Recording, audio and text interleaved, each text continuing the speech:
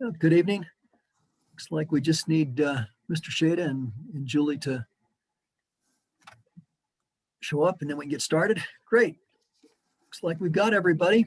Okay, I've got 6 o'clock, so I will go ahead and call this meeting to order. This is a meeting of the Manitou Springs City Council. It's a regular meeting. It's February 16th, 2021. We'll start with the Pledge of Allegiance. So if the city clerk would please display the American flag.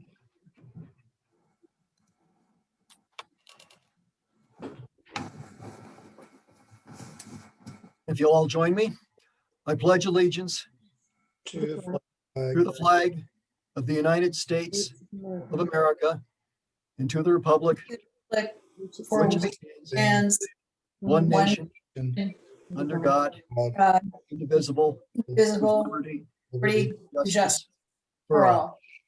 Thank you. Okay, would the city clerk please call the roll? Yes, council members. Steve Brimner. Here. Judith Chandler. Present. John Shada. Here. Susan Wolbrook. Here. Julie Wolf. Julie, you're muted.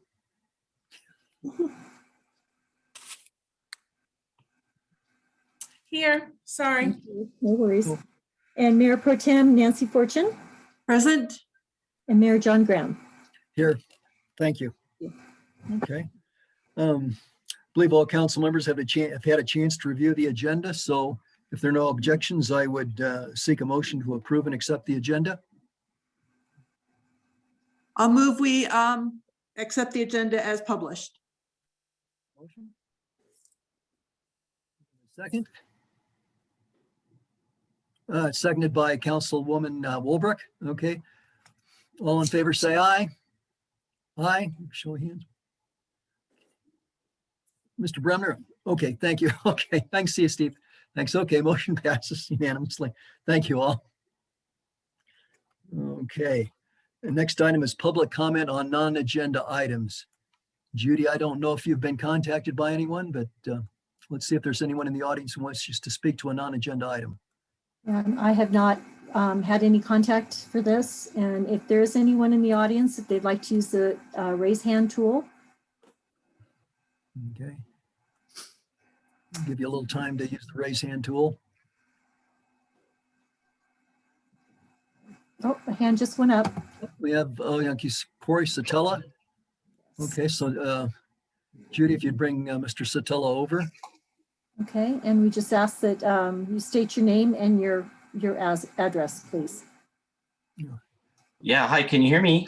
Yeah, and Corey, yeah, we will need your name, your address, and then if you could keep your remarks to 3 minutes or less. We typically don't respond to remarks during the non-agenda items public comment, but Yes, sir. good, sir. Okay, my name is Corey Satella, and I reside at 216 Pilot Knob Avenue, right behind the Kessel. I'm a volunteer with Pac-Man, the Ped and Cycle Group of Manitou, and I'm also an employee of Medicine Wheel Trail Advocates.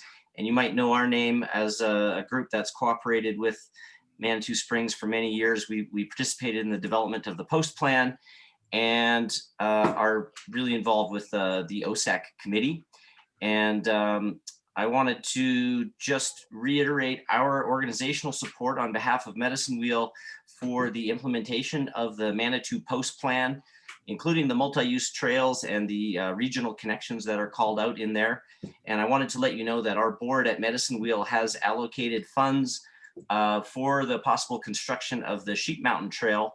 That's been proposed a number of times. We're still working with OSAC to find a way to move forward with that. But I wanted to let you know that our organization is committed to that. And we're really excited about cooperating with the community to move that forward. So I want to say thank you to all City Council for your service, and look forward to more engagement in the future on trails and open space items. Thank you. Thank you, Mr. Satella. It looks like we have a second member, Natalie. If you could bring her over, please. Mhm.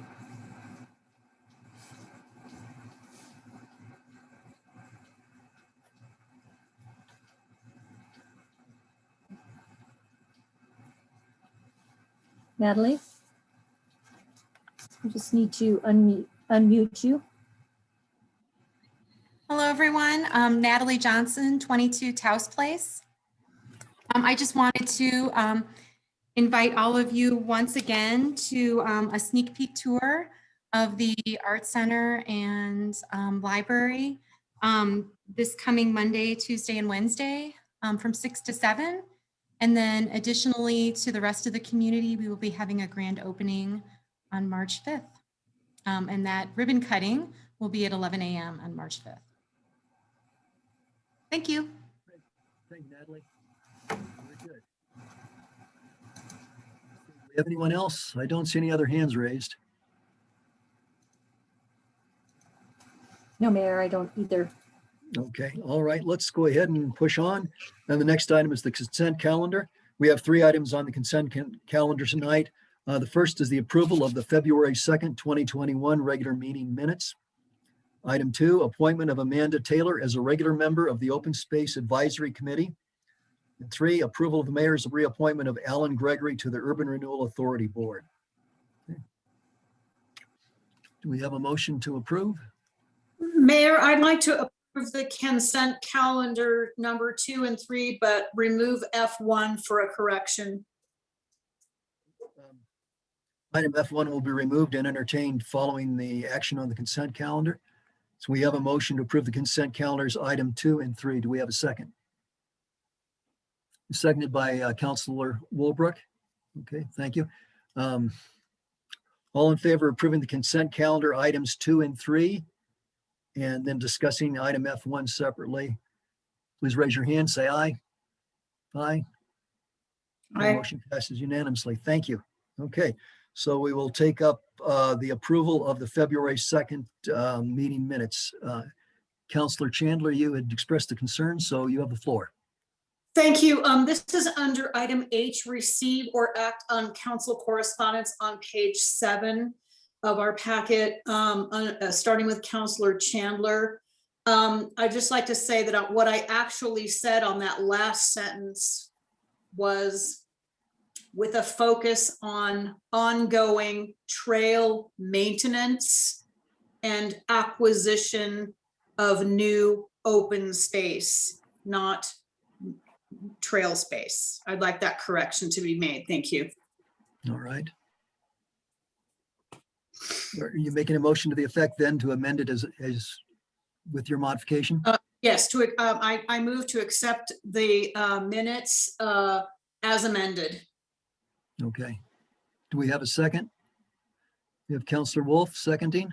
Okay. Any further discussion?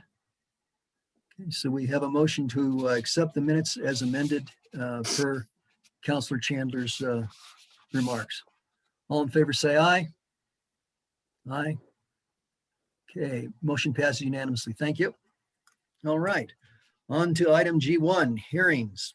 This is a second reading and public hearing for ordinance number 0321, an ordinance approving a lease purchase with Clayton Holdings LLC and an escrow agreement with Clayton Holdings LLC and UMB Bank NA. And we heard about this previously. This is second reading. Denise, I think Becca could speak to this. There she is. Okay, Becca, would you like to speak to this, please? Sure. So nothing has changed from the first reading. Once again, this is just a lease purchase package with an interest rate of 1.37% for 5 years. The entire lease package is $317,700, and this equipment was approved when the budget was appropriated, when the budget was approved by City Council by ordinance at the end of 2020. So none of this should be any of a surprise. The vehicles are all on the 5-year capital improvement plan. Okay, thank you, Becca. And we will be having a public hearing, but if any council members have a quick question for Becca at this time, it's a good time to ask. Okay, if not, we'll go ahead with the public hearing. I will declare this public hearing to be open. Any member of the public who would like to speak to this is invited to raise your hand in the Zoom feature. Use the raise hand. Can you speak to this? There doesn't seem to be much controversy with this, so I'm not surprised. Judy, I don't see anyone raising their hands. Have you had anyone contact you about this? I have not, Mayor. No, okay, all right. Well, with that, I will declare the public hearing closed. And before we vote, if any council members have any comments or discussion items, questions, this would be a good time.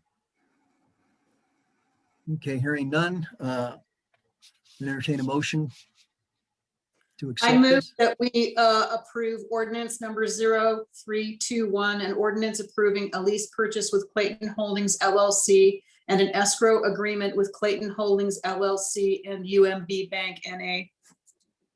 Thank you. We have a motion. We have a second by Councilor Wolf. Okay. All in favor, say aye. Raise your hand.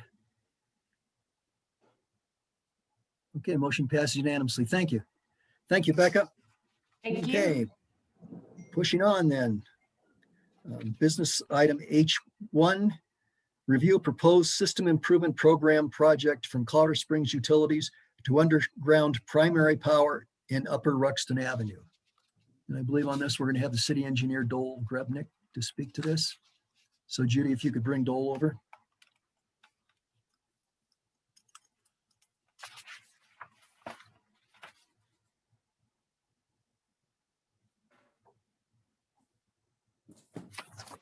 Good evening, Dole. Good evening. Good. You have the floor. So if you could please tell us a little bit about this proposed system improvement program. Sure. CSU has what they call a system improvement program where they are willing to partner with basically any kind of organization, municipality, to get their power lines, primary power lines undergrounded. So if you meet their criteria and their deadlines, they will participate with anyone that applies for it in a 50-50 cost share. If you miss their deadlines, the cost share decreases to a 60, or I should say 40-60, and even further down to a 30-70. So by approving this, this allows Manitou Springs to partner with CSU. And as you guys saw, hopefully we included a little bit of a map of the scope and where this is going to happen, but this is primarily the upper 1,450 feet of Ruxton. This is where the COG is, of course, renovating and doing all that stuff. So this allows us to partner with CSU, and then each agency pays half the cost to underground their primary power lines.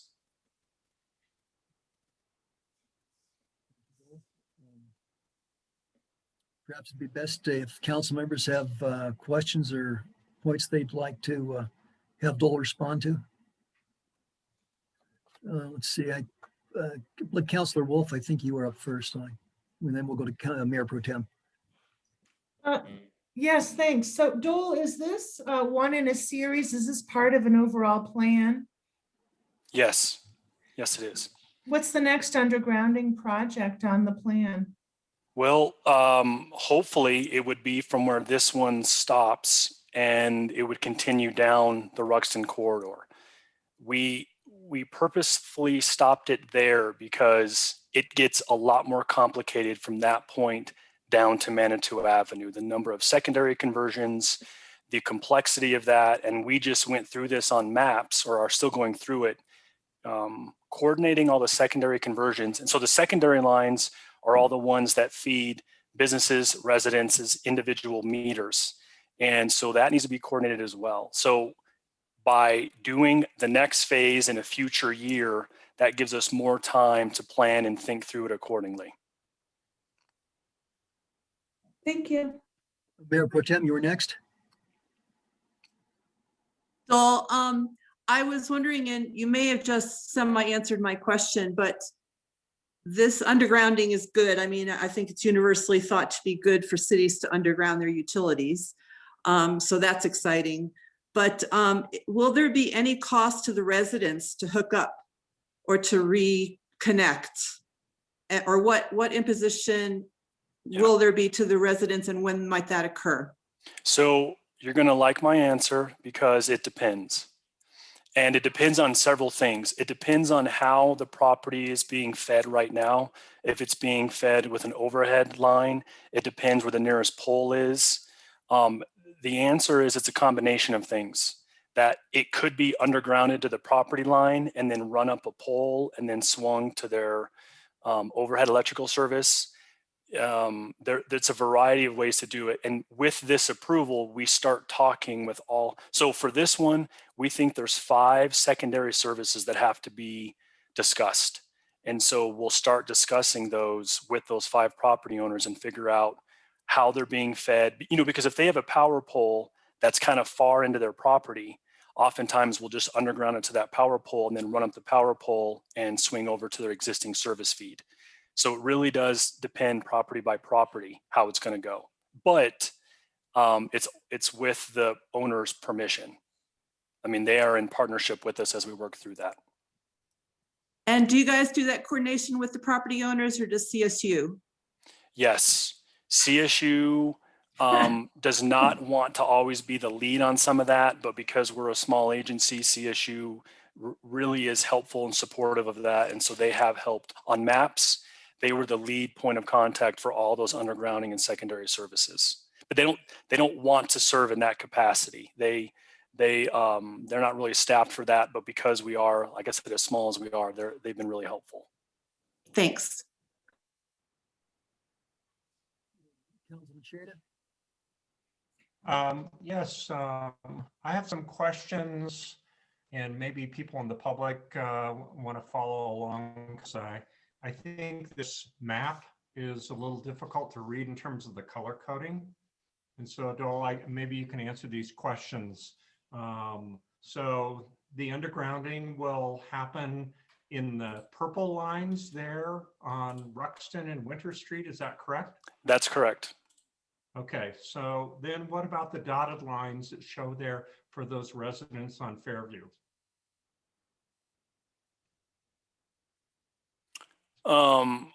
I'm not sure. I think that power has already been undergrounded. If you look at the bottom of that sheet, and I hope it wasn't cut off from you guys, but there's a key, and the dash line is primary underground line. So Okay. that this is just CSU's existing GIS information, and he just highlighted the one blue line for us, or purple. Okay. All right. And so then the lines that start at the hydro plant and essentially go further west or whatever that compass point is there, Ruxton, those remain overhead? Yes. Perhaps the city clerk or Dole, if you could display the map, that might be helpful for the rest of us as well as the audience. Can you do that without too much hassle?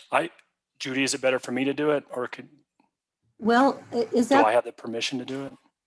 you should be able to, if you've already got it pulled up, you can just go to share screen and then share.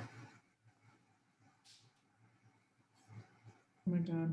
Okay, am I showing the map? Yes. Right. Yeah. Okay. And also, I just noticed Councilman Bremner had raised his hand with kind of a sense of urgency. I don't know. Steve, did you have a comment that's germane to this part of it? Well, I had a question on the map, and as far as what's being covered in this phase, is it only the purple section? In other words, it looks like Upper Ruxton Avenue after Hydro Street is in red, so I presume that's not covered? Correct. Those are secondary feed lines. This one here, because of the hydro plant, is their primary power. And my CSU point of contact will be embarrassed for me, but I think if it's over a 600 amp service, it becomes primary power. And this is where that 600 amp service starts and goes down, because that hydro plant does power or generate significant electricity. You had the floor there. I didn't mean to cut you off, but I wasn't sure quite what Mr. Bremner's question was. John, did you have a follow-on question or? Yeah, I was just, that's fine. I was just going to step through all these things that were on the map just to make sure that, I think, like Bill said, it's helpful to look both at the legend at the bottom and the legend at the right-hand side. Correct, Okay. Bill? Yeah. Okay. I'll zoom out a little bit. So yeah, so it's a 600 amp service or above that qualifies for CSU's SIP program.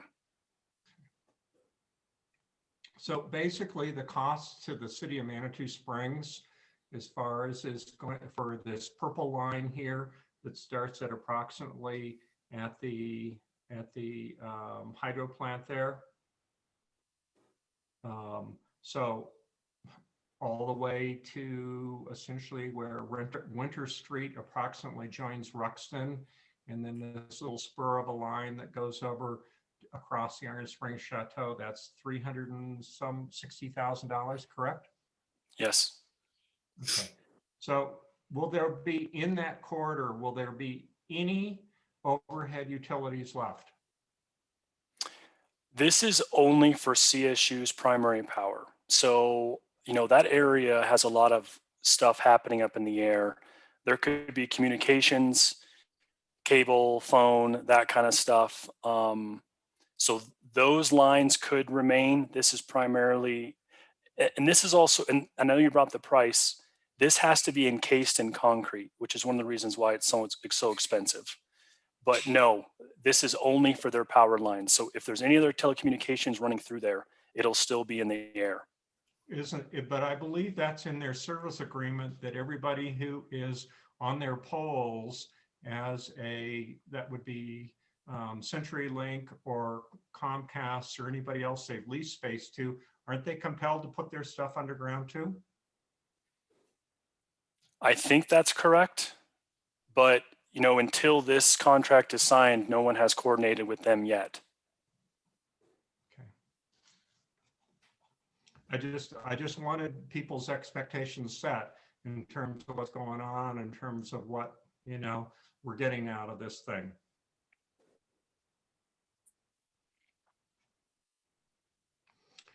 I guess my only other comment is, and so this is a line in which basically feeds into Manitou Springs, and so those big giant unsightly lines and whatnot that I believe show they're crossing the COG property and going further up the incline and whatnot, all that stuff remains, correct? So those are some of the secondary services that need to be worked through. So are they in the contract or what? So the way CSU handles that is they are very definitive that this is only to underground their primary power and that they are committed to running laterals to the property line. And Okay, then you have... I'm sorry, that's probably not my question. If we look at the lines in which I believe they're kind of denoted with not figure eights, maybe down here. Sorry, let me look on your thing. Yes, exactly. That is a big, huge transmission line. That will remain untouched, correct? That's correct. Okay, all right. Just wanted to clarify things so people, if they're listening on the neighborhood or, you know, the press is writing this down, that everybody has expectations, you know, as to what's happening. Thank you. Okay. Counselor Chandler, please.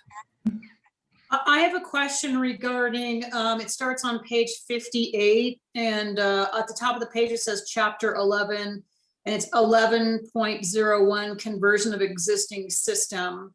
It says in that paragraph that the customer will be required to provide all necessary easements and right-of-way without cost to Colorado Springs utilities.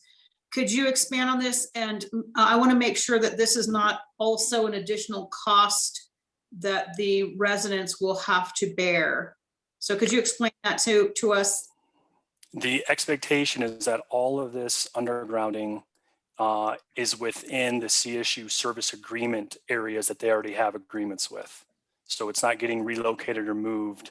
So therefore we have a high level of confidence that it's happening all within the appropriate right of way. I mean, the nice thing about this is we're not looking to have to go through someone's yard to do this primary power. Now the secondary conversions, those will need permission to access private properties, but that'll be worked through on a case-by-case basis.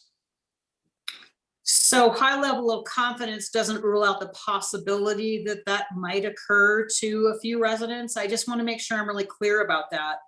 The primary power undergrounding shouldn't affect any residents. And there's the right-of-way line here for the COG, they very much want the power lines undergrounded. And the goal would be to move them from their property into Ruxton. I mean, that's part of this effort, is to get it back into city right-of-way. Okay. Thank you. And we don't know exactly where they're going to go yet until we've gone through all the effort and located the utilities. There's the 30-inch raw water line. There's all kinds of stuff happening in that area. So the final destination for those lines will need to be determined still. But in city right-of-way, correct. Thank you. Wolf, Councilor Wolf, please.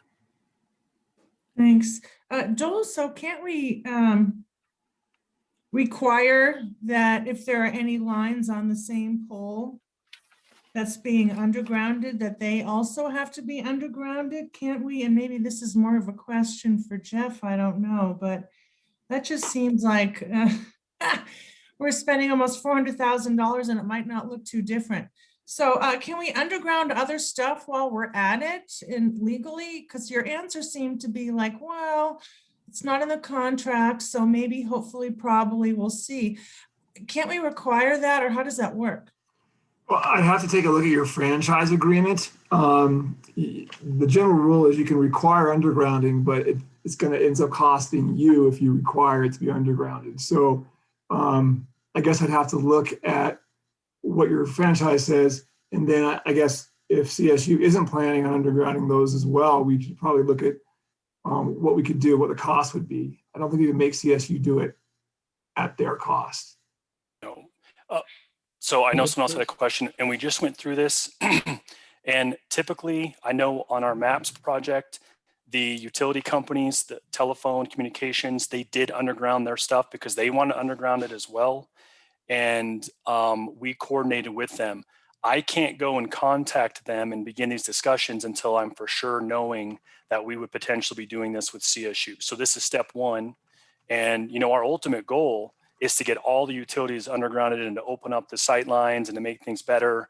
We can enable more usable space, more people to walk up there, things like that. So I would be happy to get this approved and happy to report back that we have, coordinated with Comcast and CenturyLink and what their schedule and timelines are and potential costs. Councilor Wolf, do you have a follow-up question? Well, I have a follow-up comment, if this is a discussion we're allowed to have. Go ahead, yeah. I don't like that. So what I'm hearing is, well, this is step one and we'll see how it goes. I don't want to see how it goes. I want to know if we can legally require, while we're opening things up and undergrounding, why don't we underground all of it while we're at it? And it'll probably be a lot cheaper to do it now than if we go back later and do more undergrounding. So I'd be interested to know how much CSU would pay if we can get this done. I think this should be part of the requirement. I don't want to do phase one and then, now I realize you don't want to lose your opportunity for the 50-50 split of costs because of a deadline problem. And I don't know exactly off the top of my head what you said the deadline is. I hope it's not 9 a.m. tomorrow, but I don't like that. I would much prefer it to be required. And I think that would look a lot better if we could pull that off. Julie, let's let Bill respond to that, please. So CSU does not touch anything else but their own primary power lines. And because of the high amperage, no one else can be in their joint, in their trench. And like I said a moment ago, they actually encase these lines in concrete. So there's no coordination with any other, like they will not touch any other private utility.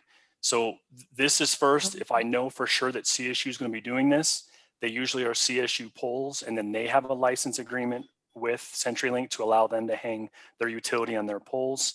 And so this starts the conversation. We reach out to CenturyLink, we reach out to Comcast, and we say, here's our new schedule, here's our plan, here's what we're doing. Let's get together and figure out how to get all of this undergrounded. But it's CenturyLink and Comcast hire their own private contractors and they come out and do it, and CSU does their own work. The two do not share any kind of scope or activities at all together. So if they don't want to do it, what do they do instead? Do they put up a new pole for their stuff and now we have new poles to replace the old pole that just got removed? Is that what happens? No, and I know Jeff referenced our franchise agreement, but historically, usually those utilities are installed with an agreement that if the agency needs you to move them for a given purpose, then the private utility has to move them. But I'm happy to go and get that verified. Notice Denise had her hand up, apparently in response. Denise? If you look at, I don't know which page it is on yours, but it's F and it's right under F. It says, note, CSU does not guarantee that other utilities facilities such as telephone equipment or CATV lines, which might be attached to CSU poles, will be placed underground. So it doesn't guarantee it, but it will be discussed as Dole's working with the maps. Okay. So Good, how do thank we you. legally guarantee it, Jeff? Yeah, I have to take a look at your Comcast franchise agreement and see what it says for that. And then I take a look at other law dealing with telecommunications facilities about what we could do there. I mean, I'd have to look at the law. I wish I knew it off the top of my head, but I don't have the quick answer, unfortunately. Okay, thank you. Mr. Bremner? Steve? Yeah, I was just looking at the contract, and as far as time constraints, it says that the 5% deposit is due by March 1st of this year. Yeah, right. I think we need to observe that timeline. Thank you, Mr. Bremner. Counselor Chandler, I think you had your hand up, please. Yeah, I think that deposit is actually due before March 1st, because on March 1st, if I'm not mistaken, it goes to 60/40. I'm following up on Counselor Wolf's question. What's preventing us from contacting our telecommunications companies and getting estimates about what that cost would be now? Is there something preventing us from getting that information now? Dole, you want to, Dole, you're shaking your head. It looks like the answer is no. You want to respond to that? Like I said, as long as we all agree, because the conversation wouldn't be as helpful if we're not for sure going to do the CSU work. So I think it's all, and I'm looking at Google Maps right now and I'm trying to look at that power line on that right side. And I feel like those poles are primarily just power poles, and that some of the telecommunications is actually on the other side. I could pull this up. I think at the end of the day, we can get you a good solid answer fairly quickly. We're working closely with Comcast and CenturyLink on Becker's and maps, and I can get a solid answer fairly quickly, I think. Okay. The Mayor Pro Tem, you have a question or a comment? Yeah, Dole, you were very successful with getting this done in maps, correct? Yes. The undergrounding done. So from that, can we assume that there is a good chance that they will do it on Ruxton as well? Yes. So what I would suggest, Mayor, is that we move to approve this contract and give guidance to staff to do everything in their power to ensure that everything is undergrounded at the same time, so we don't have to dig up things twice. Would you like to state that as a motion? I just don't want to lose this opportunity to get it done. Mayor Pro Tem, are you making a motion? I could, but I see Mr. Shada has his hand in the Okay. air. All right. Let's hear from Mr. Shada. Mr. Shada? Okay, if you do look on Google Maps, and I hike up there quite frequently, these Dole's right. John, you're breaking up. I don't know why.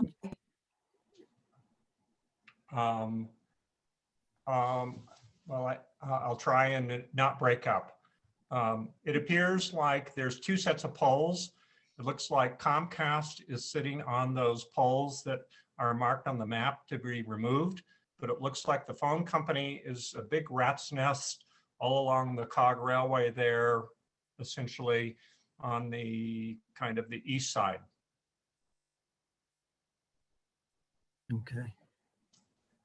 So just setting expectations, if you kind of look at the visual clutter in that area, this is John, you're probably breaking up. gonna, you know, cut down by. John, you're Sorry, I garbled. can't- Sorry. I said, I think we ought to have expectations. This is only going to reduce about half the clutter. Okay.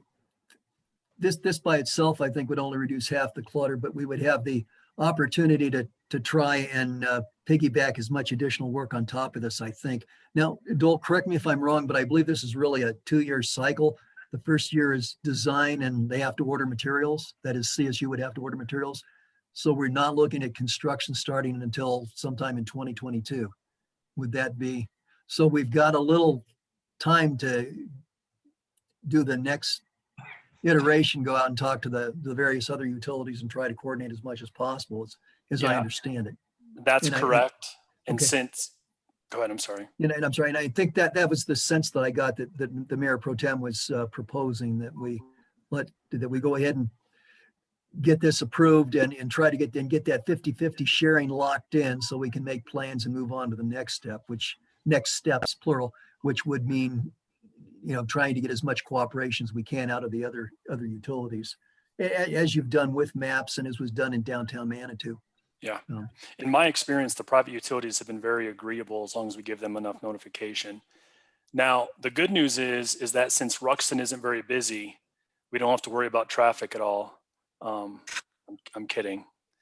But, we obviously will need to do the construction and think through that phasing, knowing when the major traffic demands are. CSU cannot be in there in the middle of June. They would need to wait, and we would need to work on the shoulder season. So, we'll work through that with them as well. I think we should do it in June just to see what happens. Sorry, Steve. That's the biggest grin I've ever seen out of Councilman Bremner. I didn't mean to offend you, Steve. Okay, back to reality. No offense taken. I'm happy to have things slow down. Mayor Pro Tem, you've got your hand up. Sure. I'd like to go ahead and make a motion to approve the SIP contract with Colorado Springs Utility to underground primary power and Upper Ruxton, while also working concurrently to underground all the other utilities in the area as well. Motion. We have a second. We have a second by Councilor Wolf. Any further discussion? If not, let's vote. All in favor, say aye. Aye. Motion passes unanimously. Great. Thank you. Thank you all very much. Dole, thank you. Thank you, Dole. We'll look forward to seeing as much buried as we can. Great. Okay, the next item is review and consideration of proposed T2 systems contract for citation collection, permitting, and citation services. And so this has to do with parking and that sort of thing. I believe Roy was going to kick off on this. Yes, Mr. Mayor and City Council, just to cover a little bit before I hand it off to Kevin. So if we can bring Kevin over, it looks like he's coming over. We brought in parking in-house in 2020 from SP Plus. And it was shortly after that Ms. Howell determined that our collections was below standard. And so she instructed Kevin and I to start looking into ways to improve our collections. And so that's where we started first with a company that we have already used for 7+ years, and that's T2. And they have done a great job for us for that time. We found out they do collections and have a good program. Kevin worked very hard on this and over the last several months, and now ready to present it tonight. We do believe that T2 will satisfy the needs of the city. So we appreciate your efforts, Kevin. I'll leave it up to you now. Thank you, Roy. Good evening, Mr. Mayor, members of council. Before I begin, I do have a couple representatives from T2 in the audience. If I could ask Judy to pull them over. I'm looking for Melina Morokovic, Sean Sharon, Christy Boggs, and Mike Dro.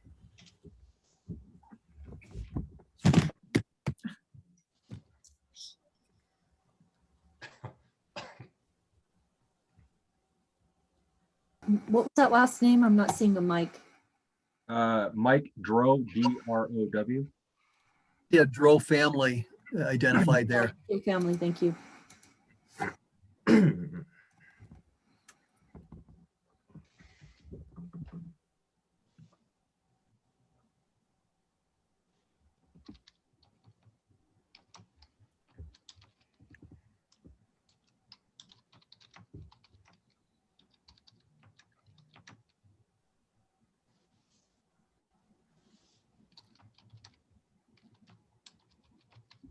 Okay, looks like everybody's here. I'm going to share my screen. I've got a PowerPoint presentation to go through everything that we've worked through to get to this point.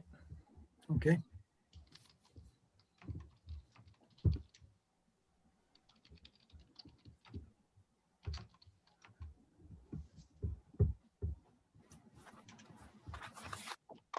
If it will let me.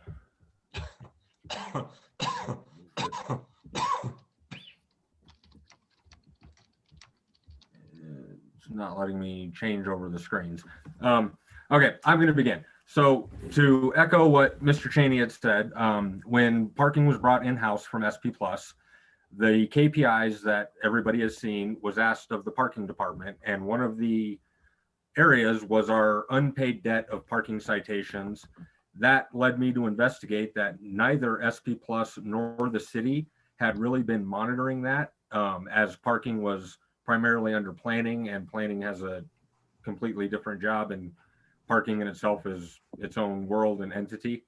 And we noticed that there's an outstanding amount owed to the city of Manitou Springs.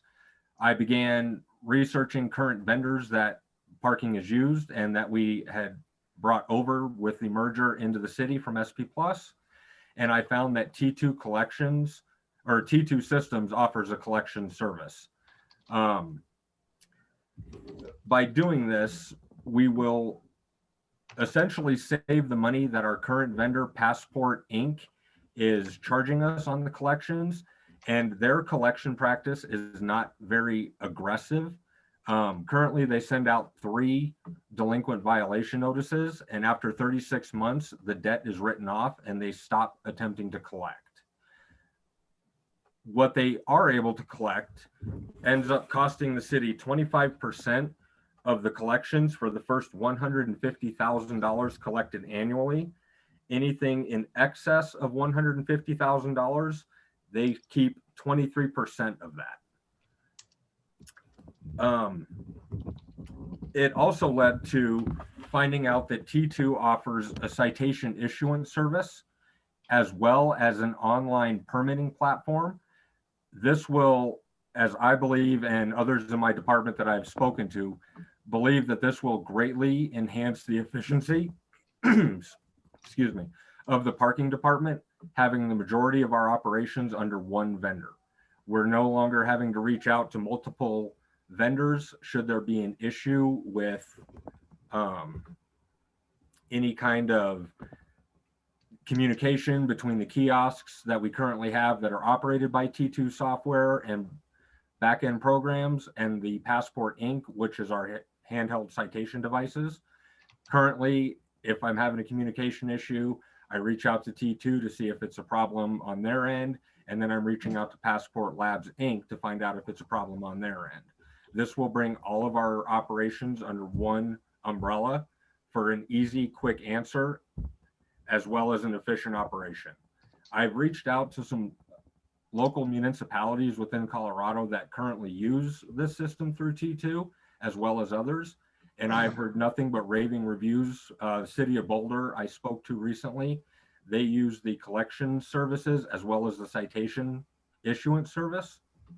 And I spoke to one of their parking enforcement officers that told me that it's within 30 to 45 seconds, they are able to issue a parking violation, as opposed to where we're at now with our current equipment.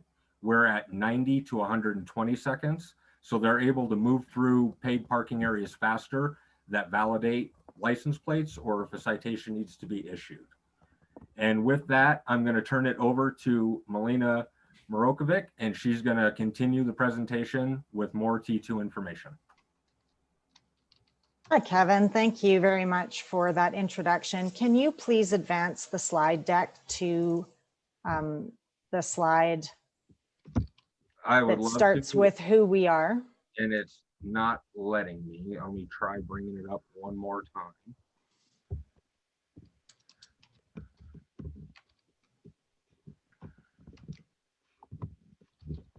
Yeah, it's not letting me move the slides at all. Okay. Let's try this one.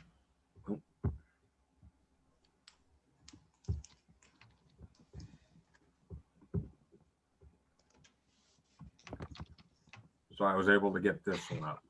No, that's good. That will do. Okay, perfect. So thank you very much for the opportunity to speak with you this evening. As Kevin mentioned, my name is Melina Marakovich, and I'm the Territory Manager for Permits Enforcement with T2 for the state of Colorado. I also have with me Christy Boggs. She is our Director of Citation Services.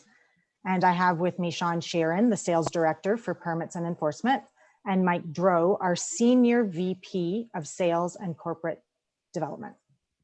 So we've prepared just a few slides for you today.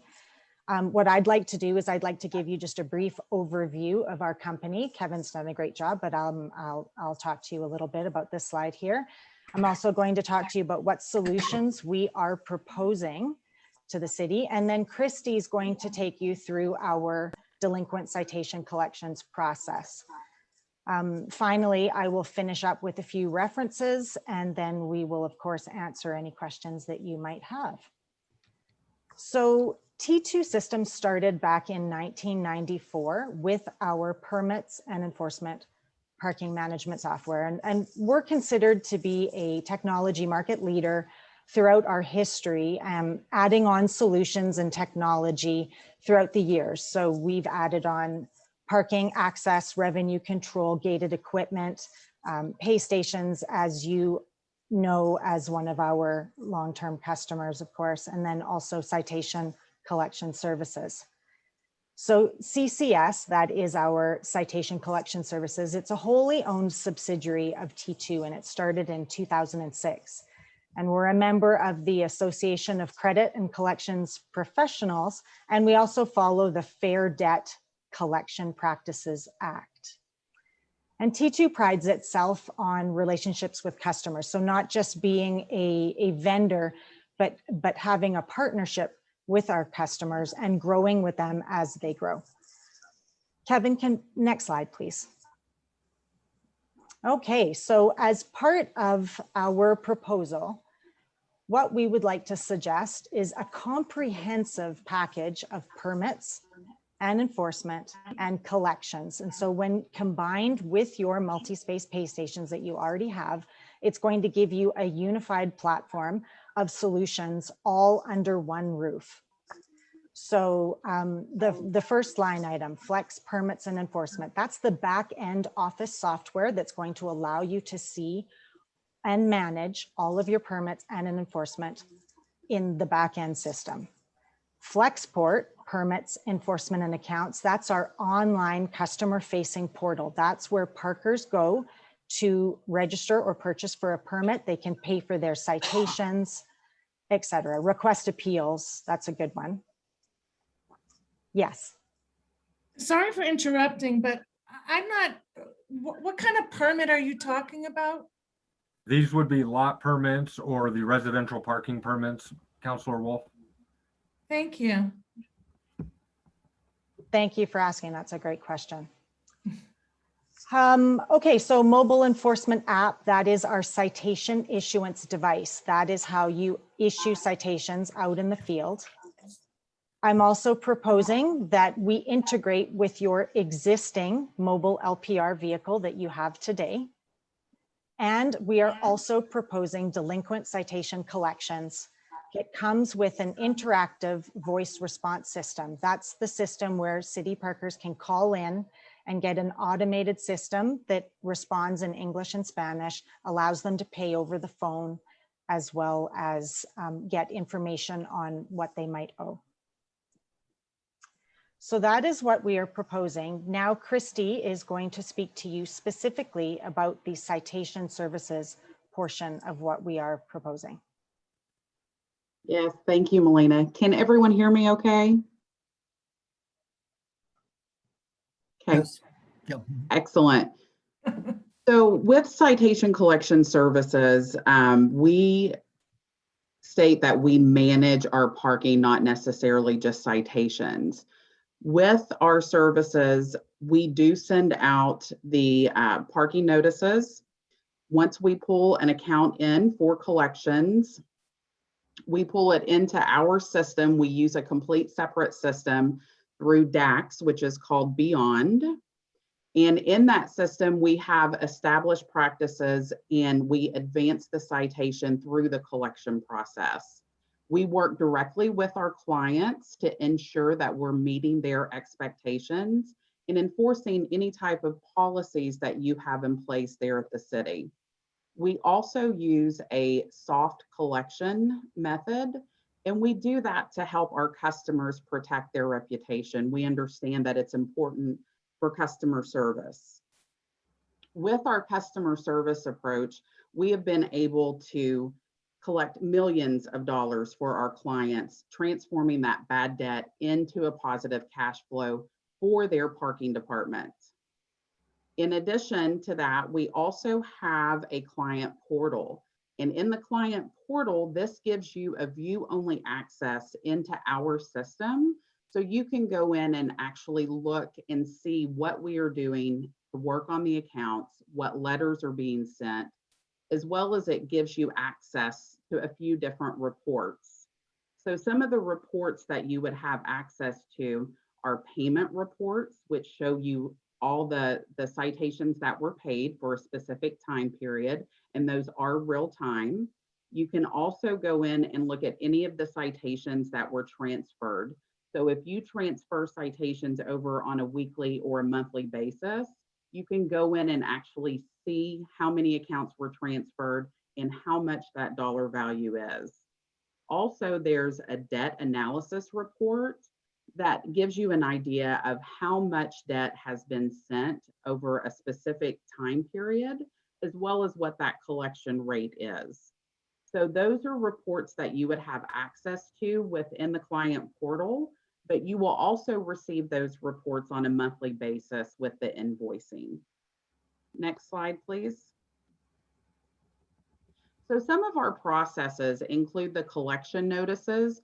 We do send out a public law once an account is received for collections, and that's just an initial notice that lets that particular debtor or parker or responsible party know that their account's been sent for collections. Once that account is in our office for 30 days, it then goes into the active calling pool. And we hold that account for 30 days to give that particular debtor enough time to research and validate that debt. So once the account turns 31 days, it goes into the calling pools, and we use a dialer system. And what that is that's a system that calls several different numbers at one time. So for every agent that we have logged into our system, it can dial up to 10 phone calls. We also have the ability to skip trace. We go through, we scrub all the data, we make sure that we have good addresses, we look for good phone numbers so we can increase that contact. We work with different states for the debt set-off programs. The debt set-off program is available for several different states, and Colorado is one of them, which allows you to go in and actually withhold state income tax returns for unpaid parking citations. And as Melina had mentioned before, we are FDCPA compliant, which is the Fair Debt Collection Practices Act. Next slide. Here's a good visual of how we work the accounts. We believe in the 90-day collection cycle, and that's the wash, rinse, and repeat. So as you can see on the cycle, we have the initial notice that's first. Then on day 30, that account is scrubbed for good data. Day 31, it falls into the calling pools. If there's no contact made and that citation isn't resolved, on day 61, there's a second notice that's sent. If it's eligible for a state debt set-off, it then goes to the state for the tax withholdings. And then it's continuing to go through the calling pool. And then you can see by day 91, if there isn't any type of resolution, a third notice goes out and it continues through the process. Next slide. Our results. So the industry average for non-medical debt and third-party collections is anywhere between 22 to 24% return. Our average is a 60%. So if we have a client that sends us 100 citations, on average, we collect 60 of those citations. Now, you may have some organizations that receive a higher collection rate. We have upwards in the 90%, but then we also have some that are in the lower end of 20s, 24%. And really that depends on what your organization can do to help us collect on that citation. So if I'm not mistaken, I believe Manitou for 2015, 2016, and 2017 has roughly $250,000, $260,000 in outstanding citations, unpaid parking. So we are looking at roughly about 30%. So for that time period of 2015 through 2017, we anticipate to return anywhere between $75,000 to $79,000 back to the city. Since 2007, we have been able to return roughly $22 million to our clients. And because of our practices and the dialer system, we generate over 16,000 collection phone calls a month. Our implementation process is really simple. We can typically work as quickly as our clients can work. It's a simple file format that we would receive either directly from your organization or your current vendor.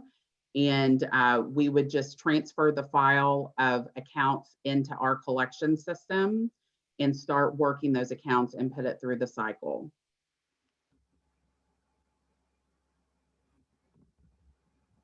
Back to you, Melina. Thanks, Christy. I thought that that you might be interested in just seeing a few references. So I've prepared a few that are local, and then I have some that are not as local. So for example, Kevin had mentioned the city of Boulder. We are very fortunate to partner with these cities for permits and enforcement and for collections as well. The city of Golden, they actually take advantage of some of our other services in addition to those. So they all take advantage of our letter services. We do their citation processing. We help them with their adjudication. We do a bit more for the city of Golden, but in general, for all four of these cities, we are providing their permits and their enforcement and delinquent citation collections. Next slide.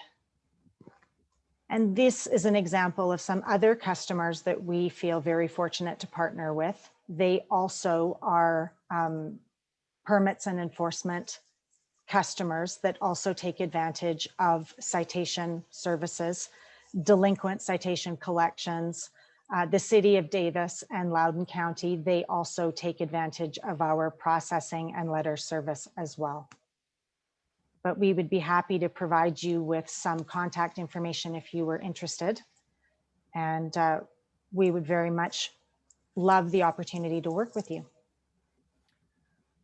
Thank you, Melina. And to that point, Council, I would like to point out that the citation collection services would be at no cost to the city of Manitou Springs.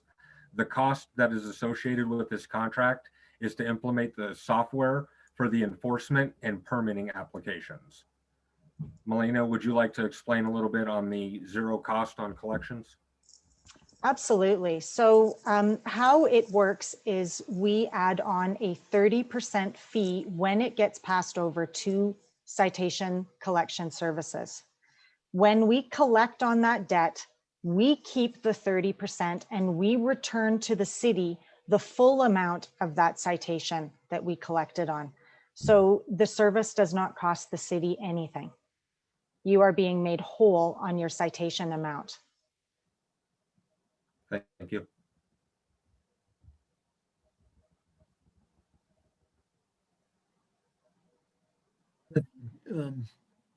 Do you have more for your presentation, Kevin? That concludes our presentation. We're happy to Presentation. answer any questions. Okay, good. So we'll move into question and comments time here. So Counselor Wolf? Thank you. I'm confused about the last thing that was explained to us. So if you're keeping 30%, usually they keep 30% of any money that's actually collected, right? In a collection agency, but you're keeping 30% whether collection is successful or not. Do I get that right?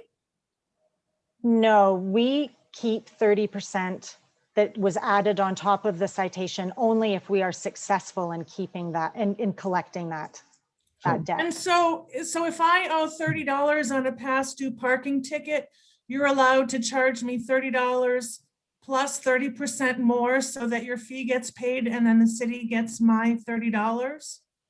That is correct. So that's just written into our code then, that if you're past due, then automatically there's a 30% penalty and you keep the penalty. Is that how that works? We would Like, how do probably we just suddenly start charging? How do we suddenly start telling these people, by the way, you owe 30% more retroactively for the last 3 years? How do you do that? Yeah, I've looked at this for prior clients like years ago, and it's just coming up now. So I believe we would need a code change. And I guess if we're going to try and collect on past due amounts and add a fee, I'd have to look at your code right now and see what our code says. There may be a provision that allows for collection fees. Some of my clients have that anyways. If you don't, you're going to have to add one.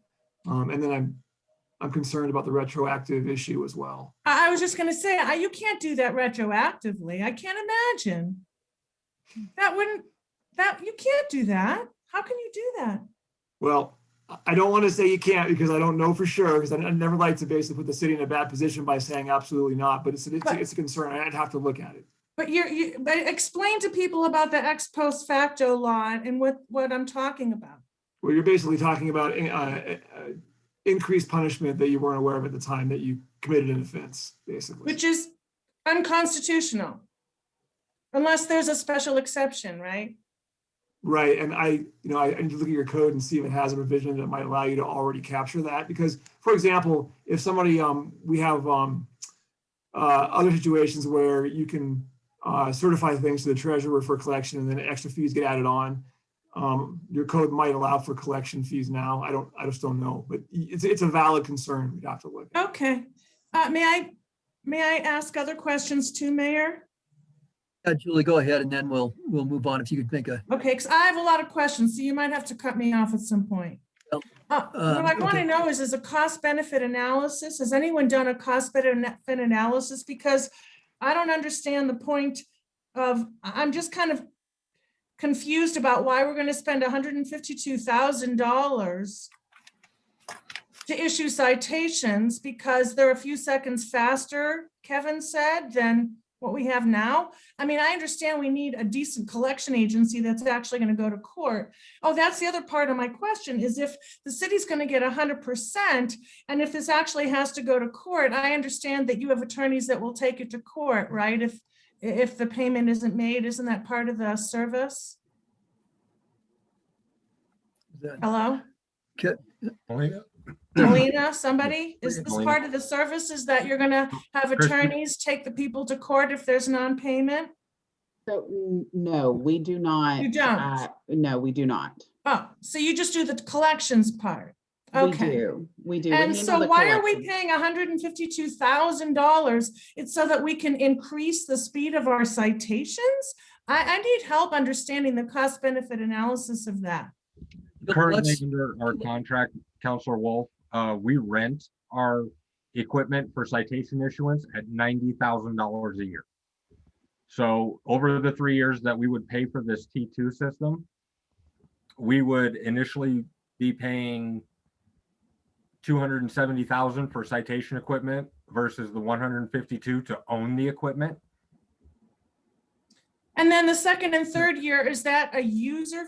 If we're owning the equipment, what are we paying for in year 2 and 3? Is that simply, what is that for? That's the licensing for the software that's being created. So we own the equipment, but we still have to pay for the software indefinitely forever? As long as we're using the service, yes. Okay, thank you. Oh, I do have can I ask another question? Julie, hold no. on, Julie. We'll come back to you, okay? All But right. Counselor Okay. Chandler's been patiently waving her hand, so Okay. Counselor Chandler, you have the floor. So I have two questions. One is, what other companies did you look into and vet as potential vendors for this? And also, I'm concerned about the fiscal impact if we go with T2 and we invest all of this money and then we decide that we are not happy with this service, then have to go out and search for another vendor for this service that we are, we're married financially to T2. So those are my two questions. And if you need me to repeat them, I will. When we initially discovered T2 offers a service, Deputy City Administrator Cheney and myself had an initial meeting. We were very pleased with the outcome of that meeting, and the Deputy City Administrator gave me the go-ahead to pursue with T2, and that's where we are. And we did that because we have a current contract with them for the pay station software. So we have not looked into any other collection service companies for the services that we are asking to be provided. We have not. Okay, so concern with that specifically, and especially with what we just discussed via Councilor Wolf's question about can we even tack a 30% fee, whether it's retroactive or not, and do we need to do a code change? So my opinion is I'm a big believer in getting several bids. I always get a minimum of 3, which is probably why my house isn't done yet. But I think it's really important that we not pull the plug so soon on one company without looking at what's out there. And also, I think we really need to get our that very important question answered per Jeff Parker about our code and can we legally do this? So thank you, appreciate it. Several follow-on questions there. Mr. Cheney, I think you have a response here to one of those comments, please. Yeah, so the decision to move with T2 is the fact that we have used them for 7 years, 7+ years, and it was just adding on to the current contract. So many times with programs we use, if it's expanding services with a company we like, we expand, and that's what we were doing with T2. If we look at the cost right now with Kevin, what's the name of the company we're using right now? Passport Labs. Yes, that's $90,000 a year that we're paying every year. So from a standpoint, we're just going to get rid of one, make it one contract, and stick with a company that's proven success with us and proven supportive. So that's where we went and made that decision. But this other company does not add a fee on, they take a percentage of what they collect. Is that true? That is correct, but there's no, other than the 3 delinquent violation notices, there's no active collections being done on them. I see. Thank you. Tim, I believe you had your hand up. You're next. Thank you. Does Transportation Parking Board support this action? This has been presented to them. They are the remaining members, because we've lost a few to the term limits. They are on board. Term limits? Or I'm sorry, term expiration. Oh, okay. Does the citation, I think it's a citation equipment, does that work with software other than T2 software? The current or what we're looking for? Or the What? I just want to know, I believe you mentioned that we would purchase this citation equipment, correct? Right. Rather than rent it, and that's where the cost comes. So my question is, and then we would have a licensing agreement for the software for it. Correct. So does the citation equipment that we would purchase with this work with other software? Melina, correct me if I'm wrong. I believe the printers are Bluetooth printers. And as long as there's a Bluetooth connection, we can connect it to a cell phone. That's correct. So to answer the question, we are providing software, and the citation issuance is actually an app that goes on an Android-based smartphone or tablet. And we are providing printers that allow for the citation to be printed off and put on a windshield. Okay, so the equipment could still be used even if we went with a firm other than you guys? If, I can't speak to that. And the reason why I can't speak to that is if they don't have the ability to pair with that, if their system isn't compatible with that printer, then I don't know. But yes, technically speaking, you should be able to use those Bluetooth printers with another company, depending on what their system allows. Okay, and Christy, you talked about soft approaches to protect our tourist industry. I was wondering what those soft approaches consisted of. So our staff in our Indy office, the call center, the collections call center, we go through training on a quarterly basis. Also, we take more of that customer service approach. I know when people think about collections, they think of that hard and strict and stern. We try to work with whoever that responsible party is to resolve the citation or citations. It's too vague. Okay, I'm just, thank you, that was helpful. I am just a little concerned about the equipment that we're purchasing, if that's going to remain useful to us. So if we did go with a different company. So those are my questions for the moment. Oh, I appreciate Chris. I think it was Christy who brought up about the reports that you'll be providing so that we can in fact evaluate the program. And I was wondering, Kevin, if there was any evaluation criteria put in place right now for the success, for the success of this program. Reading what I could of the contract, which was challenging because this is just an addendum and it was a little spotty. It was unclear to me what we were going to, how we're going to quantify if this is successful and if we would want to continue with this after 1, 2, or 3 years. Once the program is in place, Passport Labs will stop the collections. I will have a baseline number when that happens.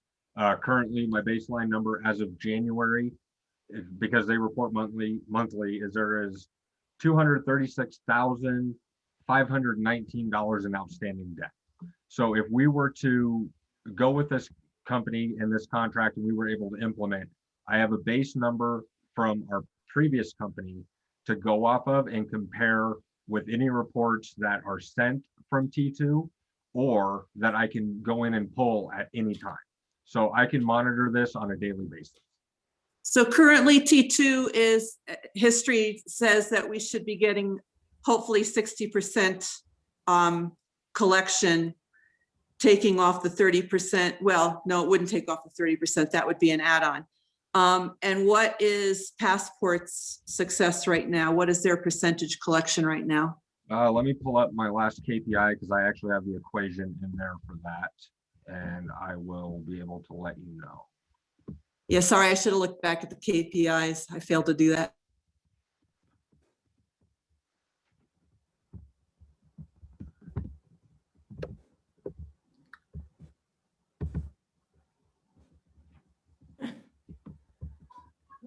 While you're looking, Kevin, I would say that I am concerned about approving this tonight without knowing for sure about the issue that Jeff and Julie raised.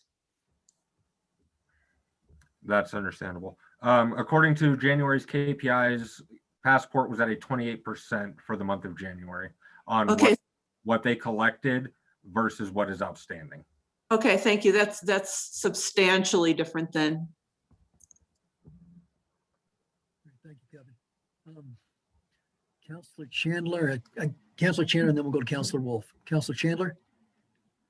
So I agree with Mayor Pro Tem Fortune that we are in no position to do anything tonight pending an investigation by the city attorney regarding the 30% fee. I think in the meantime, have you reached out to any of the references, state references listed in the slide, to see how they felt the T2 service was, and also to see how those municipalities handled the 30% fee? As previously stated, I did recently speak to the city of Aurora. They pointed me in the direction away from the municipality. They actually received this information from the School of Mines.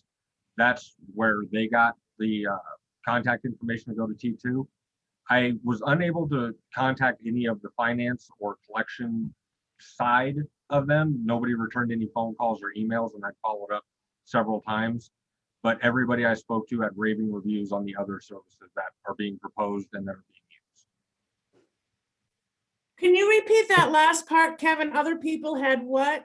Raving reviews for the other services that I'm proposing here and that they are currently in use there.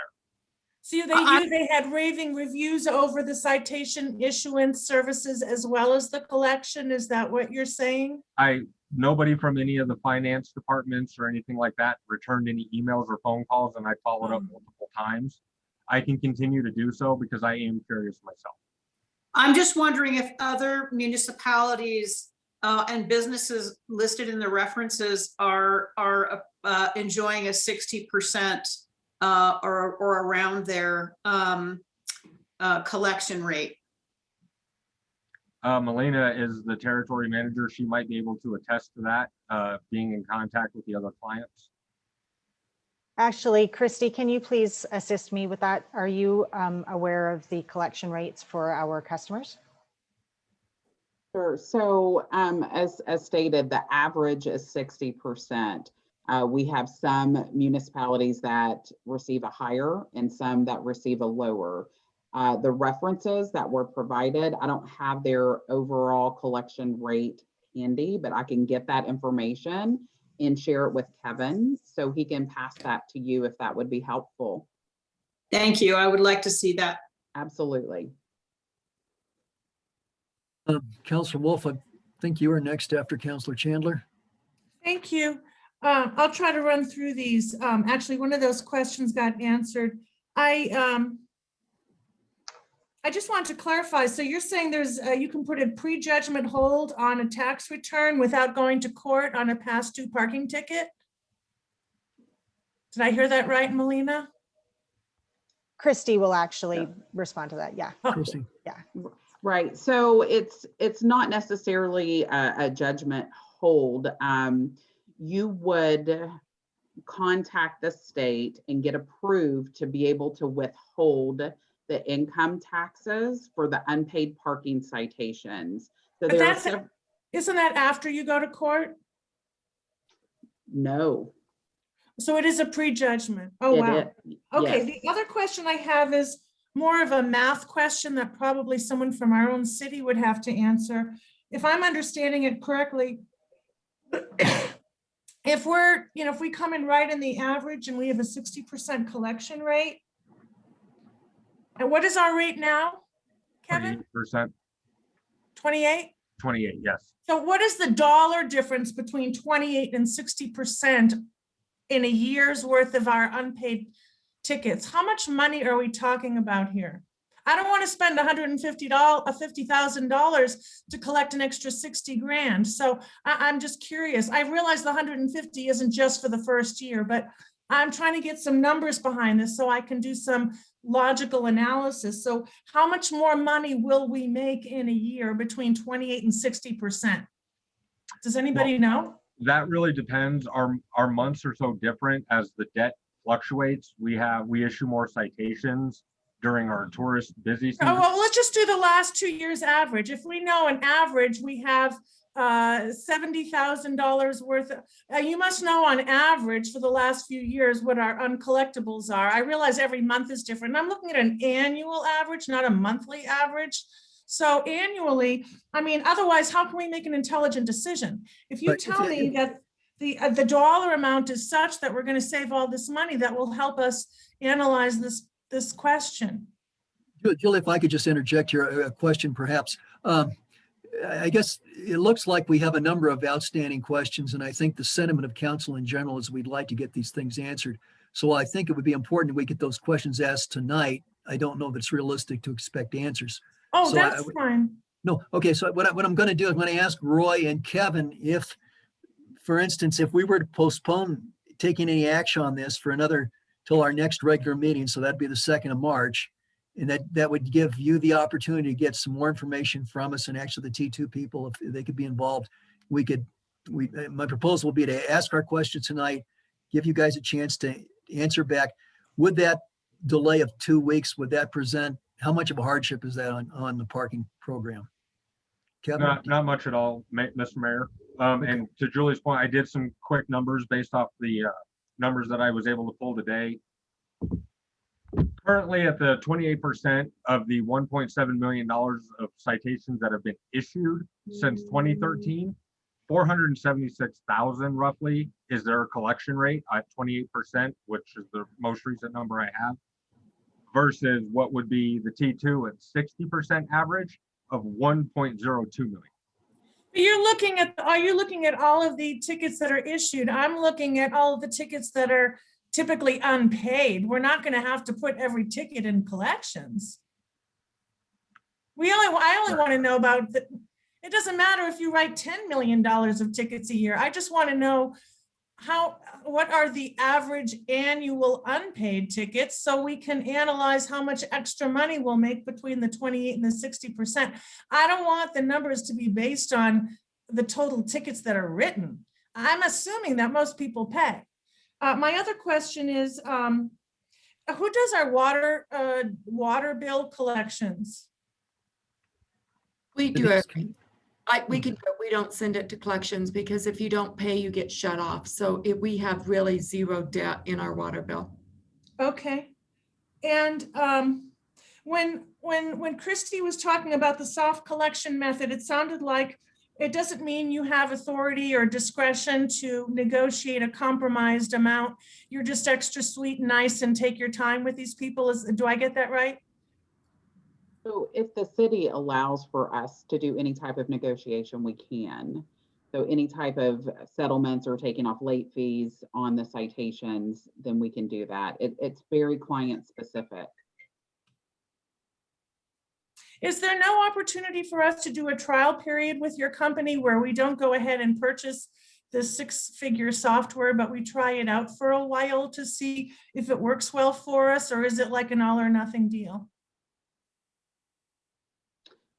So with the collection service, you don't necessarily have to have the software, but that's the question that you're asking. I'm going to have to defer to Melina.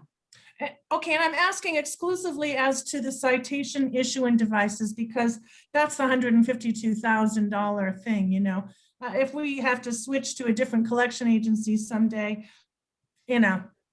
That's fine if it's doable with your software, but yeah, I just wanted to know about the software itself.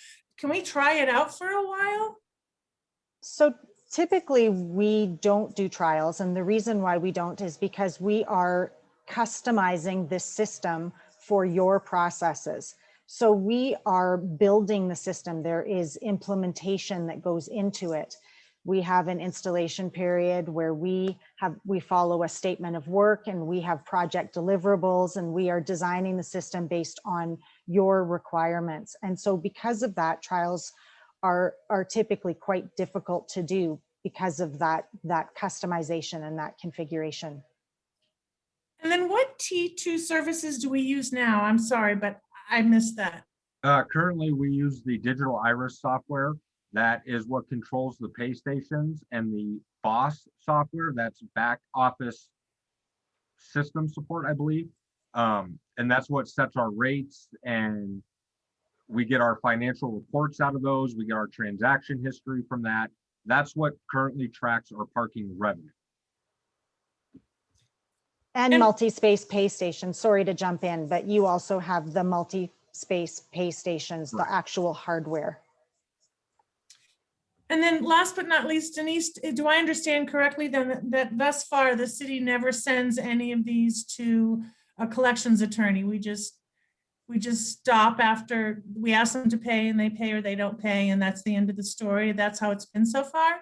Yep, and after 36 months, it's been dropped off. Is there any reason we can't institute a policy where if it's unpaid past whatever 4 months, we just send it off to a collections attorney and let him keep a third and see what he can do? Yeah, we could look at that. We'd have to do, there are several of those in town when I used to do collections. There are Yeah, several. the city of Colorado Springs used, I think it's called Credit Services Company for 20 years. They recently switched over to someplace different, but that credit services company services 6 judicial districts in town, probation offices, utility departments. And it just seemed very reasonable. And I'm not saying that they're any worse or better than what these folks do, but it's that software that's a huge commitment. If it doesn't work well, we're really kind of sunk. And that's what I'm interested to, I think we need more information. Thank you. Can you do a little bit background regarding the software of exactly what that 110, could you break that down of what is included in that regarding the software? Sure, yeah, let me pull that up and I can go into specifics. So there are 3 components to our quote. The first component is subscriptions. That is the annual fee, the licensing fee for the software. That includes all of your maintenance, all of your support, 365 days a year emergency support, maintenance, meaning that we are checking for bugs, we are doing upgrades. You don't pay for anything beyond your subscription. Everything is included in that. So there are annual. Could I just ask very quickly, is it just for the citations or is that for the software for the rest of the system as well? I'm confused as to how much we're, you know, how broad, since there's so many, it is truly a system. And I'm confused as to exactly what the maintenance covers. Is it just the CCS or is it other aspects as well? So what I am speaking of is the permitting and enforcement management, parking management system. This is the system that will allow you to issue the residential permits, contractor vendor permits for parking, and manage your citations. So issue citations, manage those for people to request appeals so that the city can do a first level of appeal if they would like to, before they then pass it on to municipal court, as an example. That's what I am speaking of, not so much citation collection services. Does that answer your question, Mayor Pro Tem? I think what you're saying is that the software goes across all the systems. It's not just what we're talking about tonight approving, it's just the CCS, correct? No, I'm requesting that all the services be approved. All the services, Yes. Okay.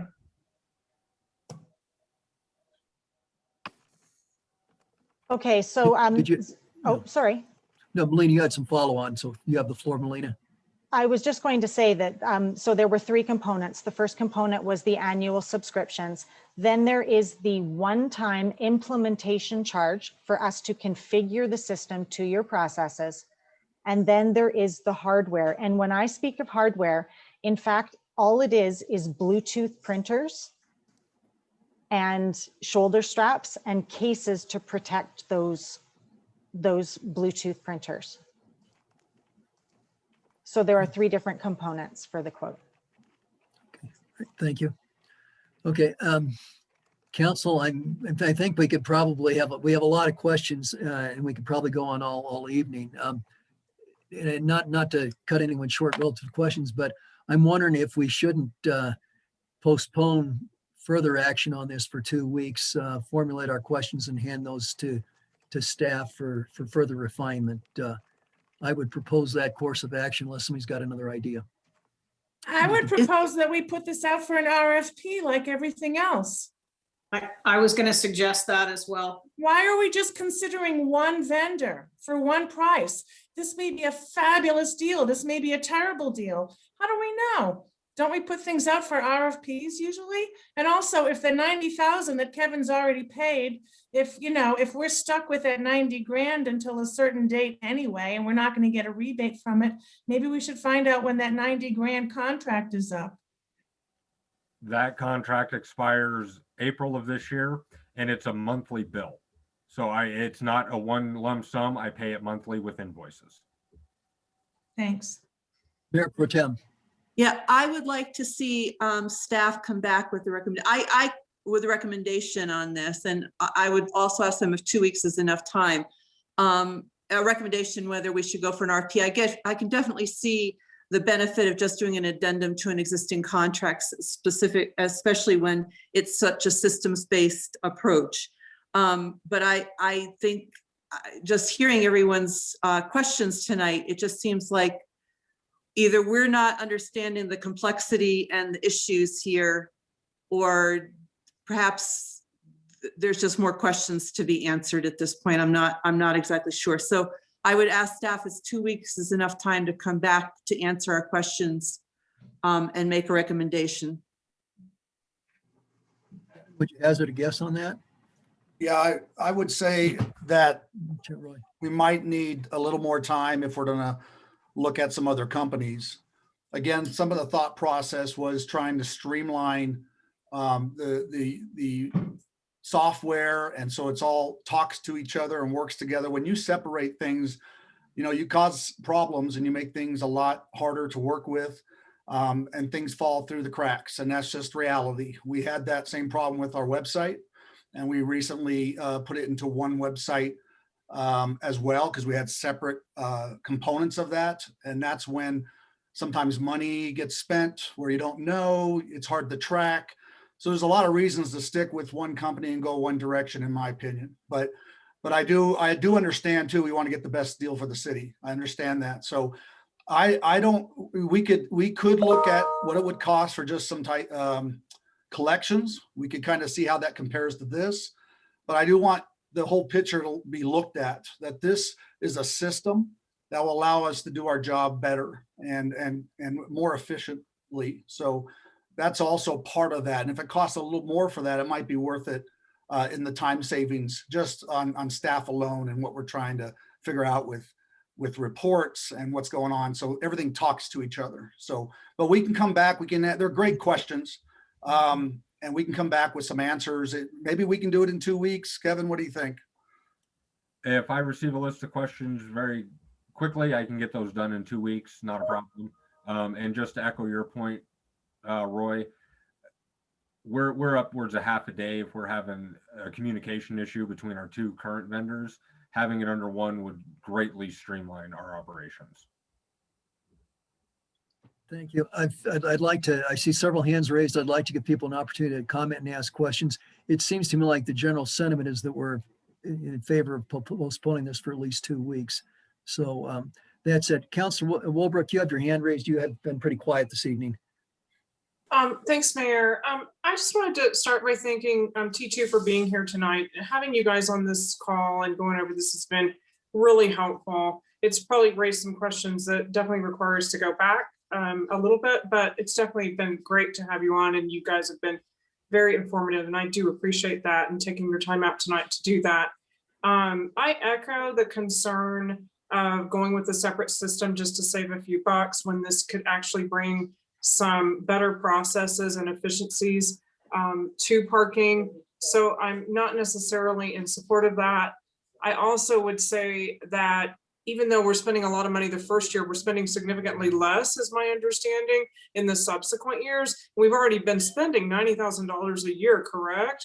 for this system that's getting us on average 28% results. Is that an incorrect statement, Kevin or Roy, or is that correct? No, that is very correct. So, I mean, the money that we're going to spend this first year is not that much more than what we've been spending anywhere. And it goes down, I thought I read in the paperwork, somewhere around the $30,000 to $40,000 in future years. Plus we get the efficiencies and one system.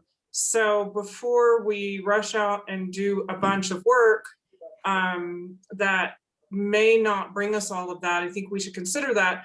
But I do want to really hear Mr. Parker's comments on how this fits into our code. That to me is the most important thing. But I don't want to save, you know, a few $1,000s a year, but create more work for staff so they can't do other things related to parking. So we have a lot of work to do in parking. This department is new, and it's got a lot going on.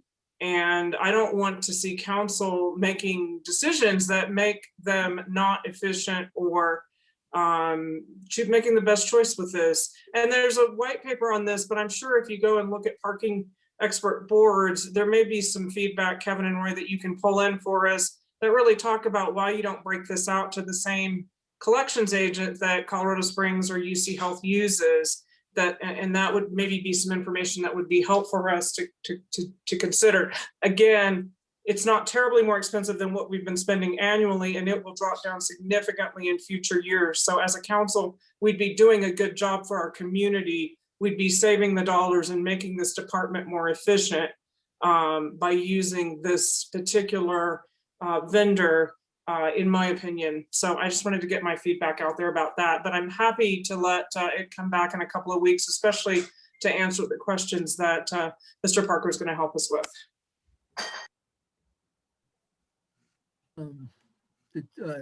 Councilor Chandler? Well, I agree with Councilor Wolbrecht regarding the most important question is getting that answer from our city attorney regarding the 30%.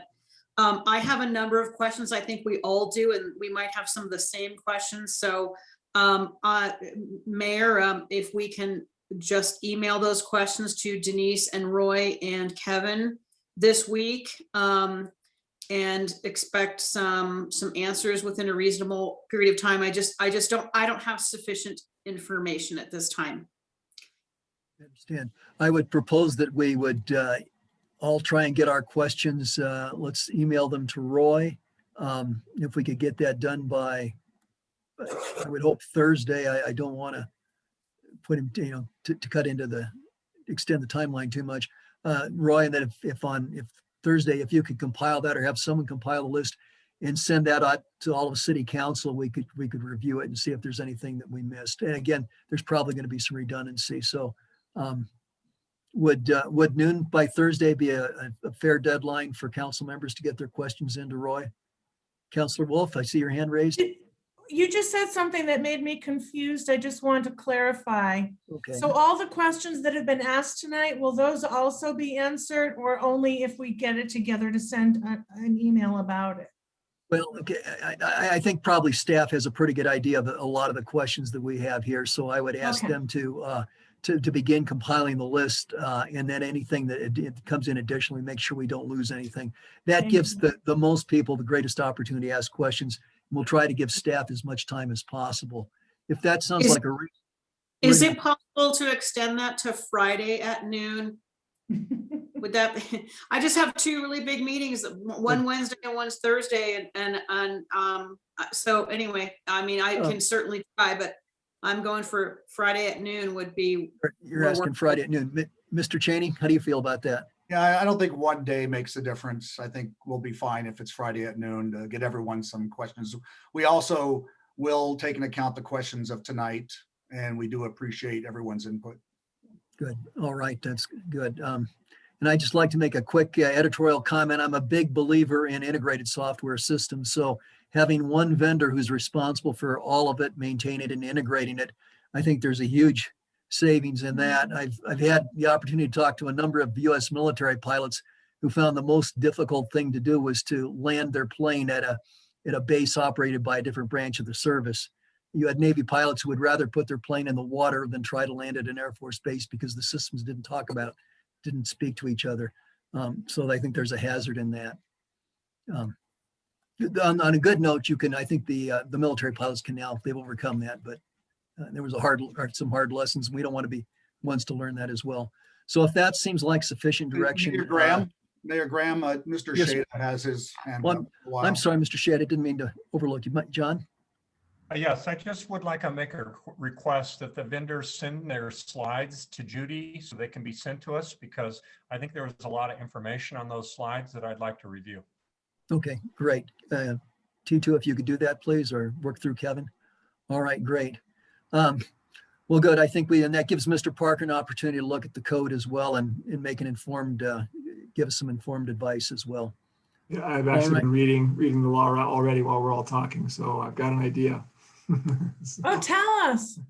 Well, not to extend this longer, but I think the issue that Councilmember Wolf was concerned about was a retrospective law that imposes a new penalty on a past transaction.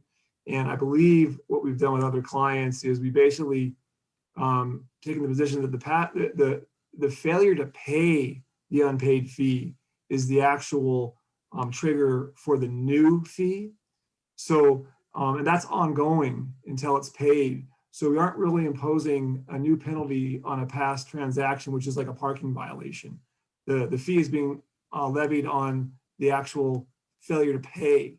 So you may actually be able to impose this fee on past parking fines under that theory. We still would need to have a code provision that would allow for it. And so I don't believe your code has that, but I will take a closer look and I can get something to you in the next week or so.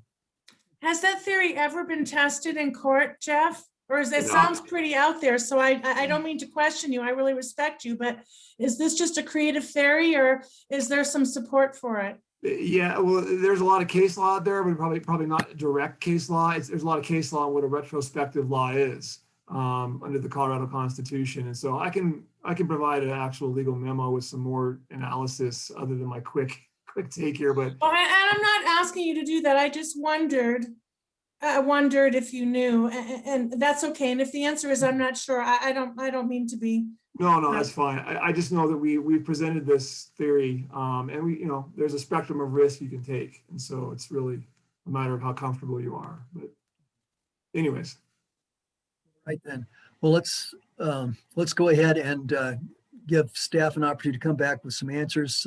Give ourselves a chance to make sure we've thought of all the questions, and that gives T2 a chance also to provide additional information. So at this point, Melina, Sean, Christy, Mike, thanks for helping provide some background information. We will probably be seeing you again at some point in the near future, it sounds like. Great. Thank you very much. Certainly. Thank you. If council has no objections, I would suggest that we take a 10-minute break, 10-minute recess. Okay. Great. Good. So, all right. See you back here in about 10 minutes. Okay.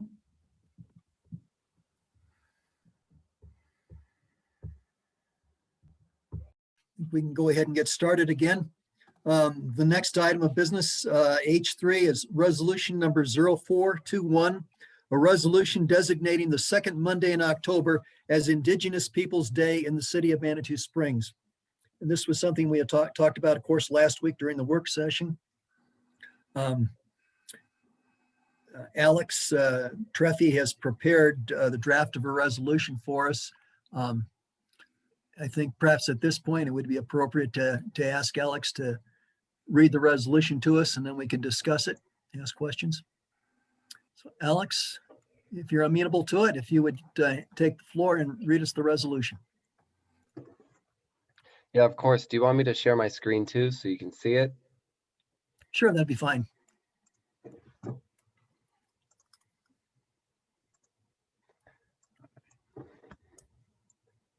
Can everyone see that? Yes. All right. A resolution designating the second Monday in October as Indigenous Peoples' Day in the city of Manitou Springs. Whereas the holiday known as Columbus Day commemorates the Italian explorer Christopher Columbus and his voyages to the New World. And whereas Columbus Day had been a federal holiday since 1937. And whereas the city of Manitou Springs recognizes that the indigenous peoples of the lands that would later become known as the Americas have occupied these lands since the time immemorial. And whereas the city recognizes the fact that the city of Manitou Springs was built upon the homelands and the villages of the indigenous peoples of this region. And whereas the city recognizes and values the many contributions made to our community through indigenous people's knowledge, labor, technology, science, philosophy, art, and the deep cultural contribution. And whereas the city has a responsibility to oppose the systemic racism towards indigenous peoples in the United States, which perpetuates high rates of poverty and income inequality, exacerbating disproportionate health, education, and social crises. And whereas the Indigenous Peoples Day was first proposed in 1977 by a delegation of Native nations to the United Nations sponsored International Conference on Discrimination Against Indigenous Populations in the Americas. Now therefore be it resolved by the City Council of the City of Manitou Springs that the second Monday in October is hereby designated a legal city holiday for these same purposes, and directs the city business offices and non-emergency operations be closed for normal business on that date. Section 7.3 of the City of Manitou Springs Employee Handbook is amended to remove Columbus Day as a declared paid holiday and replaced with Indigenous Peoples Day. In Section 3, this resolution shall be in full force and effect from and after its passage and approval.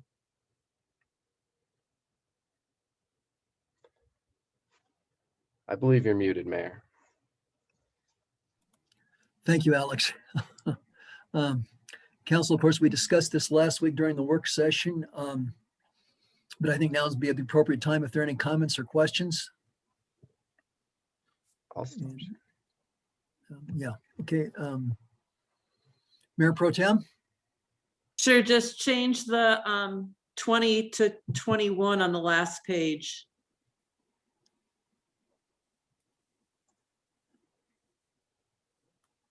No, Oh, it's just a typo.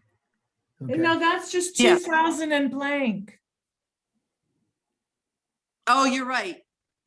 Thank you. All right. Good job, not a typo, Alex. See, I believe Councilman Shada was Yes, next. I move approval of resolution 0421. Okay, we have a motion to approve. I'll second that. Okay, seconded by Councilor Chandler. Do we have any discussion? Councilor Wolf?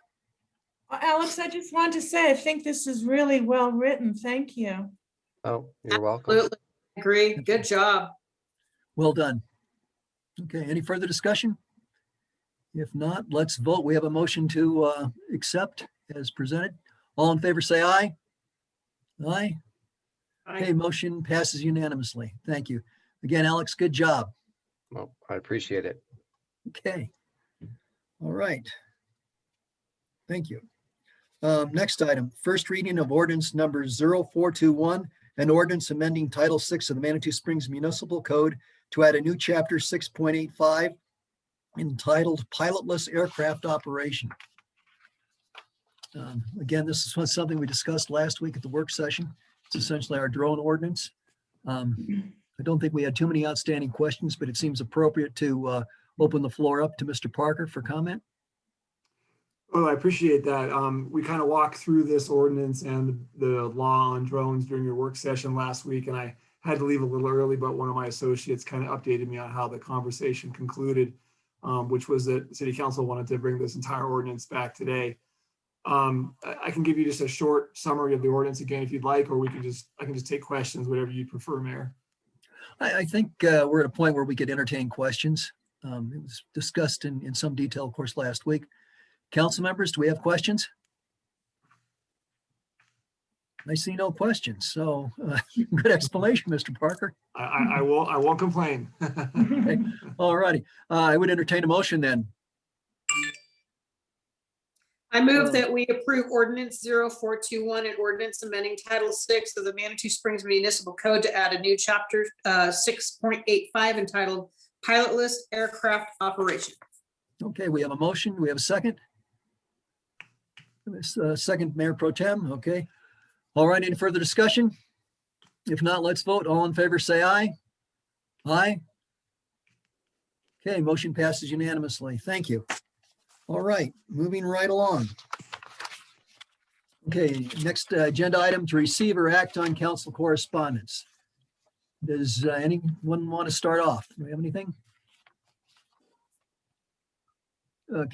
Councilor Chandler, please. Well, we all got some correspondence and thoughts about Sheep Mountain Trail, and I just wanted to reiterate that at the retreat, the OSAC retreat, the 2020 priorities were maintenance of existing trails and acquisition of new open space.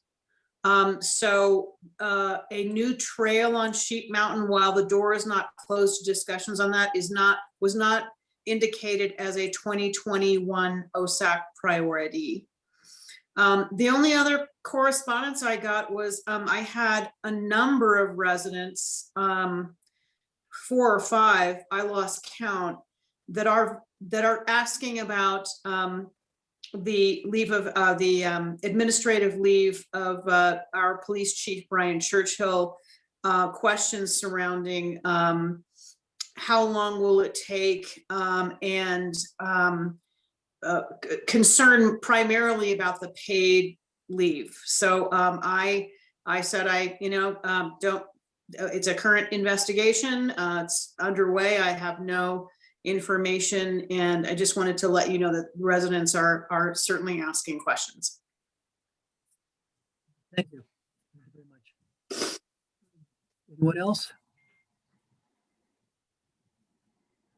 Councilman Bremner? Yeah, regarding that, the police chief, I had a email from somebody from KRDO asking about it, and I said I didn't know anything. And then I think I inadvertently gave them information they didn't have, because I said something to the effect that there was investigation or something. And then they said, oh, we didn't know that. So I don't know. I don't know if I screwed up there or not.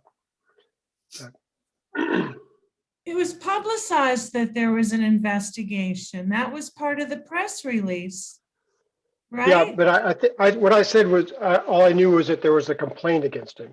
That was what it was, and they didn't know that there was a complaint. So yeah, this is the city attorney. I mean, personnel matters just shouldn't be discussed in public. Period. Yeah, I wasn't discussing it. I was just even including this conversation. Yeah. It's just really shouldn't be going into details about anything, because it's to protect everybody's interests, including anybody who might be accused of anything, and we just really shouldn't be having a conversation in public about it. And I know this is a point. I've done a lot of these, issues, and everybody always wants to know what's going on, and everybody thinks that somebody's been treated unfairly.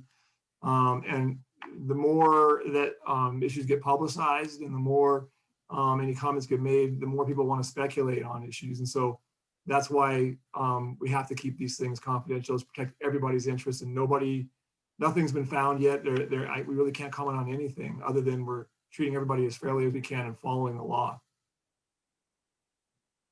Sorry to jump in. I just feel like a lot of comments get made about various things and frankly, city council doesn't have all the information about anything. So, and that's intentional, because ultimately they may have to look at an issue. And so I think it's better we just keep it as a personnel matter. Okay. Thank you very much. I'm sorry to cut people off. No, that's okay. That's good advice. And as our attorney, we kind of expect you to jump up and give us advice when it's appropriate. So I'm glad you're not bashful. Good. All right, thank you. Who else? Do you have anything? I guess I will mention that last Wednesday we had the Pikes Peak Area Council of Governments meeting yesterday, and about the first of the year there was a release of some CARES money through the state. Basically, the short story is that's trickling down to Manitou Springs at about $200,000. So we expect to hear more details later. Manitou will be getting a share along with an equal share with Colorado Springs, El Paso County, and some of the other small municipalities in the area. So the award was to seven entities in the area here. So that was better news than what we usually get. So that's all I've got.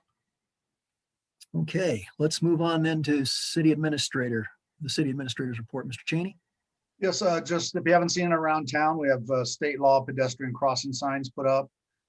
We've received some compliments for the signs. I did get a couple questions. Can they paint them and make them look prettier? And the answer is no. They are safety and the colors are designed that way purposely. So they are breakaway, by the way. So if the fire trucks need to run in the center aisle, they can, and they'll bend over. And so we did that. Number two is, if you haven't heard, Lynn Johnson, our Parks and Rec director, is resigning, and she is moving on to other things.